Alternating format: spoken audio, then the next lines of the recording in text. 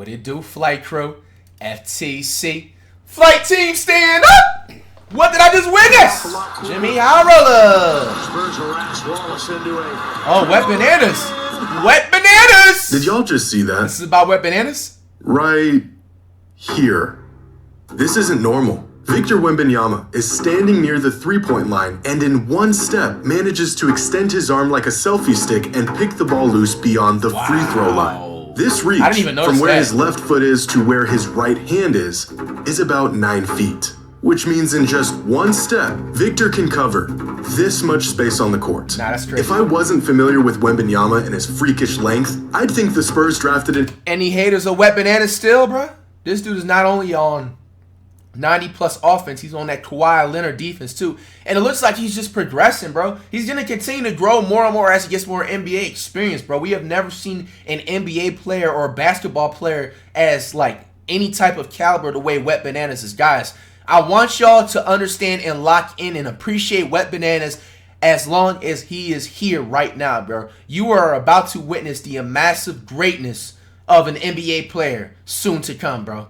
Like, this is insane that I am just blessed to just even be in this lifetime to witness such an absolute inspiration. And Victor is the exception. He's covering 9 feet worth of ground, bro. But standing right over here on the wing is another 7' 1" unicorn that has the tools to do things with his length that shouldn't be possible. In fact, it feels like these ultra-sized Swiss Army knives are becoming more and more common around the league. From oversized guards to point forwards to 7' 4" big men calling for lobs at the three-point line. It feels like there's more size in the NBA today than ever before.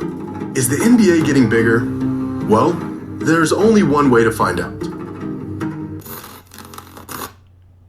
Ad coming up. Today's video is submission and Jai Hello fans at a fifth fact. I knew it. This I got y'all. is Walter Dukes. Walter was a solid NBA player throughout the 50s and early 60s. But what makes Walter special is that he was the very first 7-footer in the NBA when he was drafted in 1955. Wow. Basketball players have always been known for their stature, but when Walter was playing, he wasn't just considered tall, he was a one of one. A spectacle, and he would remain the only 7-footer in the NBA until a talented prospect out of Philadelphia was drafted in 1959, named Wilt Chamberlain. The following season, in 1960, 7' 3" Harvey Holbrook joined the NBA and would remain the tallest player in the history of the league up until 1982, when the Utah Jazz drafted 7' 4" Mark E. Oh, I've seen this guy in like 2K. 7-footers used to be extremely rare. Landing a player whose height began with a 7 used to mean winning the jackpot. But in today's NBA, 7-footers and positional supersized players have become so common that not having one can be detrimental. The future of the league and the sport itself is pointing in one very obvious, inevitable direction. More size and more length. Which really got me thinking, Sabonis. Is the NBA bro, Sabonis ain't no 7 feet, bro. Snuck him in there, bro. More size. Man, he about 6'10", bro. And more length. Which really got me thinking, is the NBA getting taller? Has every position around the league seen an Luka ain't no 6'8". Is the NBA getting taller? Has every position around the league seen an influx in size from combo guards to point forwards all the way to 7-foot do-it-all demigods? Is this matchup between Victor Wembanyama and Chet Holmgren just an anomaly in the NBA's timeline, or will players like this eventually become the new norm 20, 30 years from now? Definitely. Well, here are the average heights across the NBA for each position 30 years ago in 1993. Here are those positions and measurements in 2003, and in 2013, and in 2023. And over the course of 3 decades, not much has changed. The traditional size standards throughout the NBA suggest point guards are usually about 6'2", shooting guards are about 6'5", small forwards are 6'7", power forwards are 6'9", and centers are about 6'11". And this generally remains the case to this day. Although there are some small fluctuations around the edges. Point guards are nearly 2 inches taller today than they were in 1993, but centers are an inch shorter today than they were in 1993. In 1993, the difference between a point guard and a center, on average, was nearly a foot. Today, that difference has shrunk to just 7 inches. In fact, this change, the homogenization of the league and the size of its players, is by design. When you chart size in the NBA, it comes out like this. A bell curve. Not a lot of small guys, not a whole lot of big guys, and a lot of guys in the middle. But if you compare the size data from the league in 2023 and the size data from the league in 1993, the evolution of the league and its players becomes a lot more clear.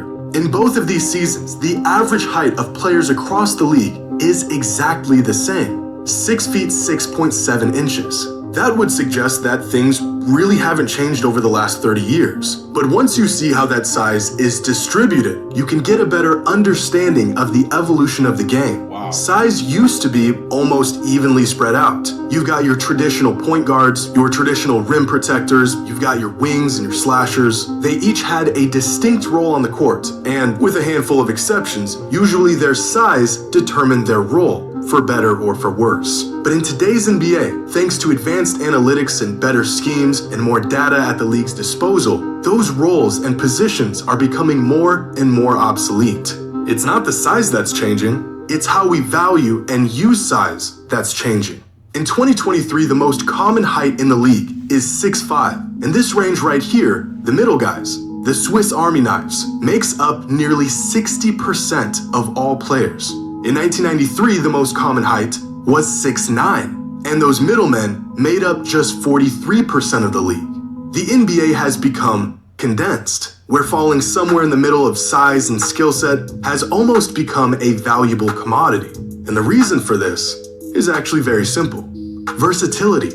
With the introduction of the 3-second rule in 2001 that forced big men to leave the paint on defense, and the three-point era that has brought offense further and further away from the rim, teams can no longer afford to have players on their roster with hyper-specific sizes and roles. Having guards smaller than 6'2" can leave a massive hole in your defense on the perimeter. Defensive schemes in today's league are designed to find the mismatch and exploit it. Players like Donovan Mitchell, Trae Young, and Darius Garland are able to mitigate this liability with their offensive output, but the liability still remains. Having big, burling centers on your roster used to be a viable strategy, but now that the game has forced them outside of the paint, they too have become a nuisance on defense with screen-heavy offensive schemes and switches.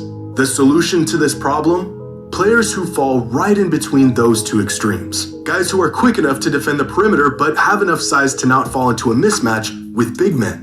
LeBron James is the prototype for this kind of player, but since he entered the league in 2003, these attributes have become increasingly more common and valuable. The rule changes that took place in the late 90s and 2000s completely altered the makeup of rosters and have turned rosters like this, with a large variation of size and skills, into this, a roster that is made up of a bunch of all-in-one talents with a few specialty players around the edges. But those are just the defensive implications of having a one-size-fits-all roster in the NBA. On offense, this evolution is just as glaring. Since 2014, the NBA has been keeping track of advanced player data like speed, distance, individual time of possession. These statistics are called tracking data. And according to this data, here are the players who had the most touches per game in the NBA 10 years ago. Wow. And tell me if you notice a theme going on here. It's pretty obvious, right? Almost every player near the top of the leaderboard is small. Most of them 6'3" or shorter. And this is how it's been since the game was created. At in there? Until recently. 2013. Because here are the touches per game leaders from this past season, with only a handful of players under 6'3" cracking the leaderboard. In fact, in 2014, there were only 7 players out of the top 35 leaders who were at least 6'5". In 2023, 21 of the top 35 players were at least 6'5". Instead of putting the ball in the hands of the designated point guard or the guy who has the best handle, teams now are just letting their best player handle the ball most of the time. It feels like guards have gotten bigger and taller because they have. Not because the league is getting taller, but because instead of letting the little guy handle the rock, they're just letting their best player handle the rock. And the best players tend to be bigger, or at least average in size. These guys used to have a specific role, but now that they've lost that role thanks to new offensive schemes and tactics, their value has been minimized. Similar to defense, versatility has taken the place of specialized skill sets on offense. If you're really good, we'll just teach you how to handle the ball and run the offense. Doesn't matter if you're 6'5" or 7 feet. The NBA isn't getting any bigger, it's getting more uniform. So where does that leave us with these guys? Will we inevitably see more 7-footers with the ability to bring the ball up the floor, protect the rim, and pull up from 25 feet? Probably not. In fact, the only reason why we didn't see players of this size with this skill set sooner wasn't because they didn't exist. It's because they weren't even allowed to do this stuff before. Check out this video of Shaquille O'Neal at practice in 1996. The skills were there, but putting a 7-foot 1-inch monster on the perimeter in the 90s would have been blasphemy.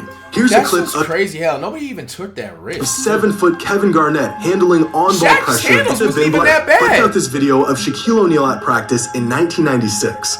The skills were there, but putting a 7-foot 1-inch monster on the perimeter in the 90s would have been blasphemy. Why didn't they try to evolve his game like that, bro? I know them coaches now was like punching the air because like not only they could have a couple more championships, bro, they know damn well they would have gotten paid a lot more with just, you know what I'm saying, utilizing a player like that, bro. Shaq could have easily had maybe like a mini Jokic. Maybe like a mini Embiid or Joel better mid-range perimeter game. That's for me. Here's a clip of 7-foot Kevin Garnett handling on-ball pressure and using guard-like skills to get a bucket. If these two, as well as many other great bigs from the past, were given the green light to run an offense and handle the ball, they could have done it. And if Wemby and Chet were born 30 years sooner, they would have been relegated to the post like the players that came before them.